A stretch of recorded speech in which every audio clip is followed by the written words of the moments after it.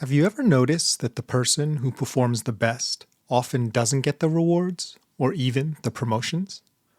Have you wondered about people who don't seem to, quote unquote, do much, but always seem to climb the corporate ladder rather quickly?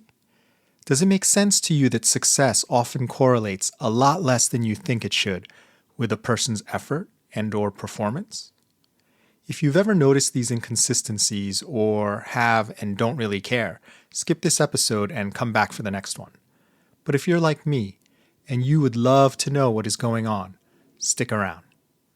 Today's episode of No More Illusions is the first of 5, where in each episode we will reveal one of the 5 universal laws of success and share how you can use each to create more success.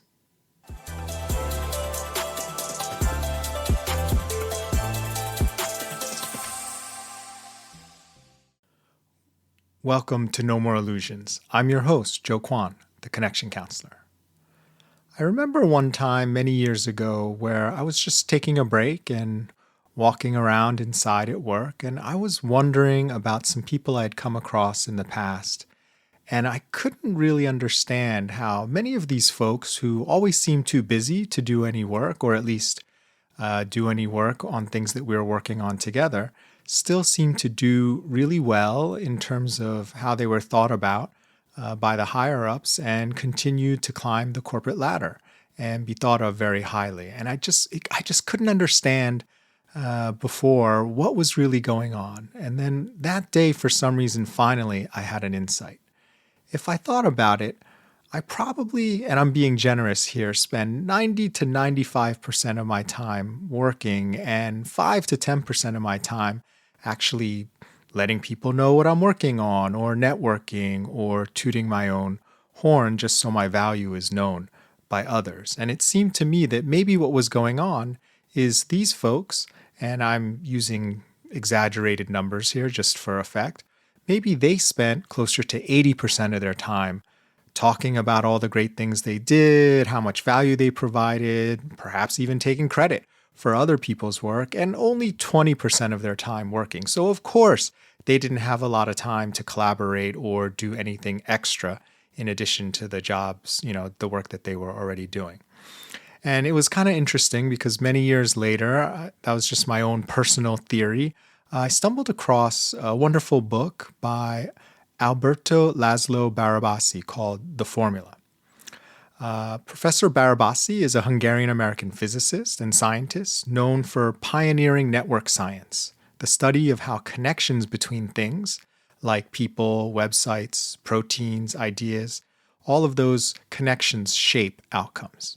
He's a professor at Northeastern University and wrote the book I'm going to go over for the next 5 episodes, The Formula, the Universal Laws of Success, where he proposes 5 data-driven laws explaining how success emerges in complex systems. And that is to say, our workplace is a complex system. I'm going to list the 5 laws now, and then for this episode, we'll explore the first law, and for each following episode, an additional law until we go through all 5. So the 5 laws of success are: 1, performance drives success. But when performance can't be measured, networks drive success. 2, performance is bounded, but success is unbounded.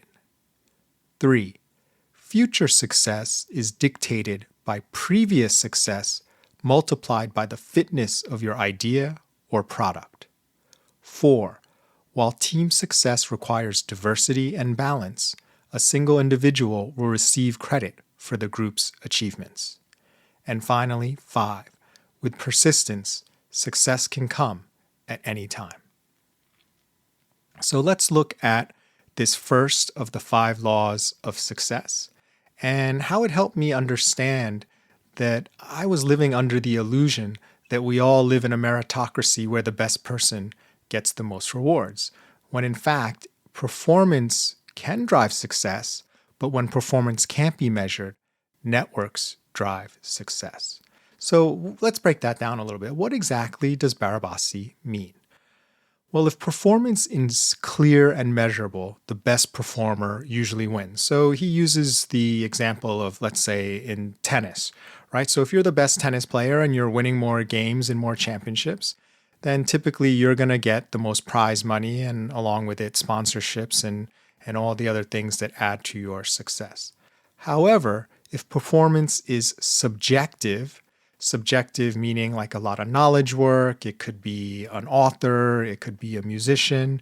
Success depends heavily on who knows you and who talks about you. And I think art is a great example of this that I think could resonate with all of us, right?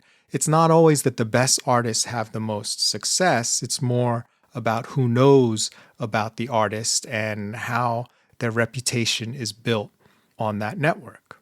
So at work, let's think about it for a second. If you're doing amazing work and you're providing huge impact and value, if no one knows about this or your network is really small, so just a few people know about it, or even worse, someone else is perceived as doing or is taking credit for it, then where does that success go? That success doesn't flow to you and may in fact flow to someone else who is better networked and more well-known and talks about the successes that they're creating or the value that they're providing in a much better way than you do. I mean, what else would you expect to happen? So in a way, being humble, whether inside work or outside of work, is an admirable quality, but don't confuse that for being invisible or unknown. If this is a big deal, what you did, find ways to humbly be known or figure out how others can help your impact be known so you can continue to make an even bigger impact and add more value.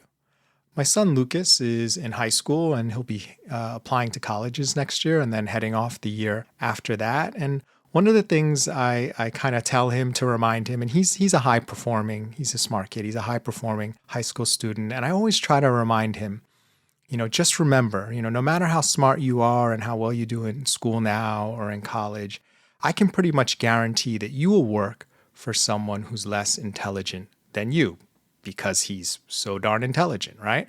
And I think we all kind of know this, that our bosses are not necessarily always the most intelligent people. It doesn't mean they're not competent or that they don't deserve it or they don't do a good job, but that hard work and intelligence are not the sole measure of who gets the titles and the higher positions and the responsibility. Now, before you go off thinking, wow, Joe, that seems really arrogant, in a way, it's really more about humility.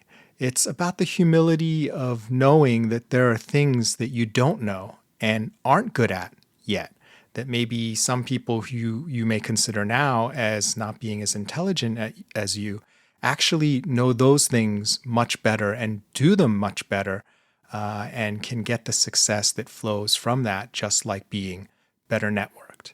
And it's a humility to understand that if you don't account for that, besides working for someone less intelligent or meritorious, than you, another thing will happen.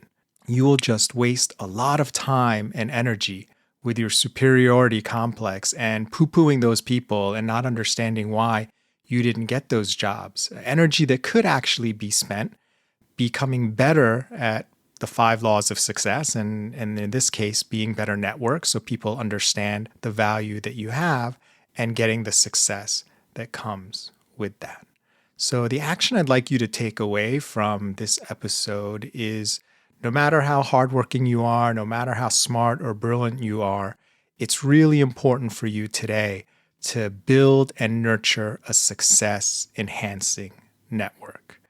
Don't rest on believing that someone else will build it for you or that your performance will speak for itself. If you don't take an active role in building and nurturing your own network, a network that can enhance your success, then don't be surprised when success is much harder to come by or flows to other places.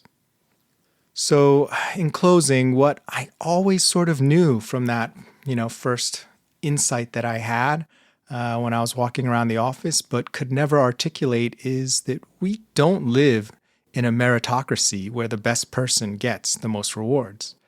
And once I learned the first law of universal success, I could begin to see one of the reasons why.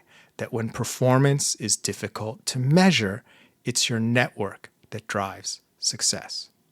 When you have a strong and relevant network to match your high performance, then and only then can you begin to get the full measure of success that your performance deserves. Join us next time as we discuss the second universal law of success. If this resonated with you, you can join the Connection Counselor newsletter where I share reflections and practical ideas on work, people, and personal growth. Just go to my website, connectioncounselor.com, to subscribe. While you're there, you might also explore the small collection of books that shaped how I think about work, relationships, and life. You'll find them in the reading section. And if you like the show, please follow it on Spotify. It really helps. Finally, if you've uncovered an illusion that changed your life or one you think others need to know about, send it to me at joe@connectioncounselor.com. I read every message and genuinely appreciate hearing your perspective. Thanks for listening to No More Illusions. I'm Joe Kwon, the Connection Counselor, and remember, clarity reveals, illusion steals.